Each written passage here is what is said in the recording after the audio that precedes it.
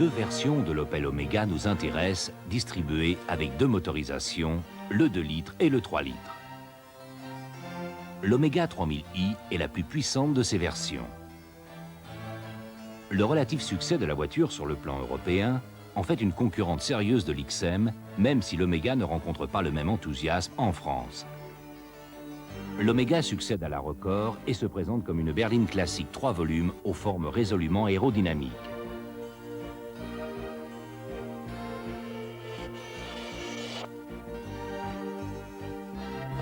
La longueur de la voiture est de 4,74 m. Son poids est de 1410 kg.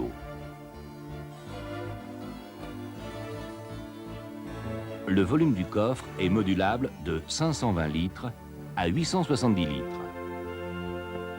La cylindrée est de 2969 cm3. La puissance est de 177 chevaux à 5600 tours minute. Le couple est de 24 mètres-kg à 4400 tours minute.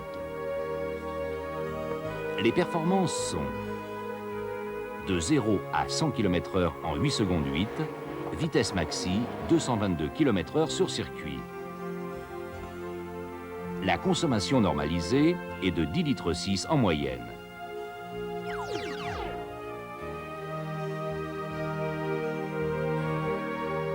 L'intérieur est cossu. L'équipement complet et l'ensemble très germanique dans son esprit confirment la réputation de qualité de fabrication et de finition de la marque. Par contre, la presse est plus sévère sur la motorisation de la voiture. Le moteur V6 en fonte est en effet qualifié d'antique et ceci a des conséquences sévères en termes de performance et de consommation. Que ce soit sur le plan des accélérations, comme sur celui des reprises, la voiture accuse l'âge certain de son moteur, aggravé par le poids conséquent de la caisse. La consommation s'en ressent.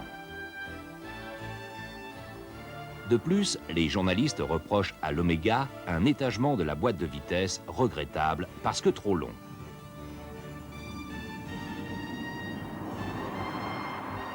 Enfin, le freinage, manquant de puissance, rend le bilan général peu flatteur à l'égard d'une voiture dont le modernisme de la ligne trahit la réalité du comportement.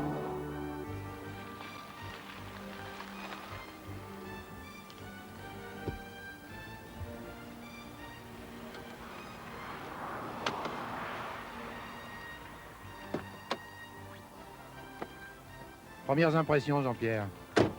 Bien, c'est pas mal, mais ce que je trouve surtout, c'est que c'est une voiture qui donne l'impression un peu de dater sur le plan conduite. C'est un petit peu une voiture encore pas très bien amortie. Les rapports, la boîte de vitesse sont très longs. C'est pas très vivace tout ça. Au niveau des sièges, de l'assise, etc., comment ça se passe? Non, ça, tout ça, franchement, c'est pas mal. Moi qui suis grand, j'ai une assez bonne position de conduite au volant. Les commandes, on se pose pas de questions, donc c'est bien en place. La boîte de vitesse, tout ça paraît bien. C'est une bonne voiture, mais voilà. Maniabilité. Bah justement, c'est ce que je trouve qui est pas très fantastique, parce que j'en reviens toujours à cette impression de lourdeur. Elle est lourde dans son comportement, elle est lourde dans son amortissement. Enfin, plein de choses. Freinage, c'est pas mal, mais on a toujours ça freine.